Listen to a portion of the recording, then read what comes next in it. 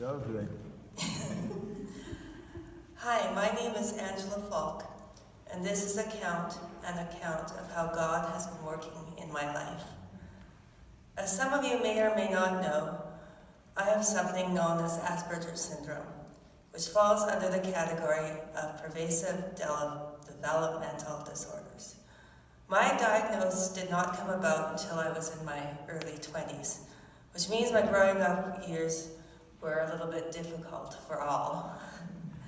My family was a pretty typical one: mom, dad, and 2 kids. First me, and then my sister Rachel. And then at age 6, it all changed. My mom, Linda, died of liver cancer. I didn't remember much about it at the time, but as I grew older, I realized how much I missed her. I also realized how grateful I was that my dad married another wonderful woman named Judy, who helped me through some very difficult times in my life, including dealing with my mom's death. Along with the help she provided, she also helped to expand our family by 3 more. Her, and then my sister Catherine, and a brother named Matthew. I don't remember being teased a whole lot during elementary school, but I do recall being called out of class on occasion to be tested on certain things like eye-hand coordination. Later on, I realized that this was to determine whether or not I had a learning disability. The first time that I recalled being teased was in grade 6. A fellow classmate of mine made a comment on my IQ, which was less than flattering. My teacher overheard and said something to him that made me feel both thankful and uncomfortable at the same time. I was grateful that my teacher stood up for me. I felt uncomfortable because the teacher called out my classmate in front of everyone. As time went on, I felt it more and more difficult to fit in anywhere and to keep up with all the other pressures that came along with growing up. I tried to please family, friends, teachers, and fellow classmates. And I became increasingly frustrated, angry, confused, depressed, and anxious. I started to act out because I kept everything inside and didn't want to let anyone in. But the one person I could always count on to understand me completely was God. I distinctly recall times when I would go and sit at the edge of the cemetery at the top of Michener Hill. And for that time, I was at peace. I know it sounds pretty morbid for some, but that's what helped me out. There were also times when I would be walking home and feeling like I just didn't want to be around anymore. I didn't want to actively take my own life because inside all my mess, I understood that there were still people who really cared about me and would miss me if I was gone, and that God understood my innermost being. So I kept moving forward. After an extra year of work, I graduated from high school, something that my parents and myself were extremely proud of. My relationships with my parents were still not perfect, but things were getting better. The following year, I attended Bible school on Thetis Island. It took me a while to settle into life on the island, but I really enjoyed my time there. I didn't really make any lifelong friends, but I was able to concentrate on getting to know and understand myself and God better.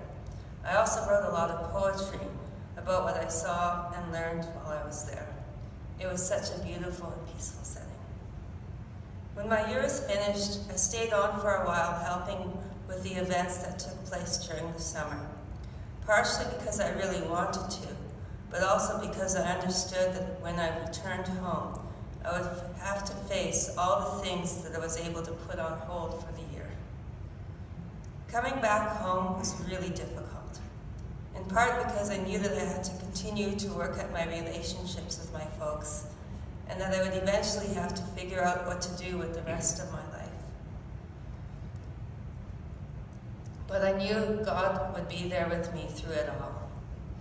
Through a lot of hard work on the part of my parents and myself, and after a few different jobs, I was able to land a job doing janitorial work at the chapel. I started working here before any of the renovations took place, which has been a while. After a few more years of God working on my heart and the hearts of my folks, and their relationships continuing to grow, I landed another job at the Wildflower Bistro. And then my dream to move out was able to come to fruition. Again, thanks to my folks helping me find a suitable apartment and setting up a budget for me. And for a few years, all went relatively well. And then the anxiety slowly crept in and took over. And as I moved into my second apartment, I was let go of the bistro due to a change of ownership. As hard as I tried to keep it together, it became increasingly clear that things were not as they should be. And even though I had been hired on at the new restaurant by my previous boss, I realized there was no way that I could go on pretending that nothing was wrong. Essentially, I just sort of had a little breakdown. And then, in a desperate cry for help, I phoned someone dear to me, who in turn called my parents, and then I moved back in with them. I knew that God was still with me, but I was extremely angry and frustrated that I was back at home. By this time, all my siblings had moved out, were married, on the verge of getting married, and or were having kids.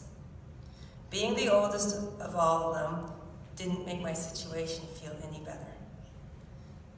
Even though by this time I had been taking medication for my anxiety and depression, and I was stable, my soul was still wrestling with the idea that I may never move out again, and with what being independent really meant. I was still resisting the help that my parents were trying to give me, which continued to cause friction in our relationships. But I was still close with God. And through that closeness, I began to realize that this is my new reality, and that independence wasn't about where I lived, but was about the choices I made. One choice that I needed to make was to surrender completely to God and to allow others to help me in the areas that I was weak in, and to help others in areas that they struggled. This was a hard decision, and it is one that I struggle with to this day. But it is also one that has helped in restoring relationships with others and has allowed me to start new relationships in a healthy way. God is always good. He is always faithful. He is always closer than you think.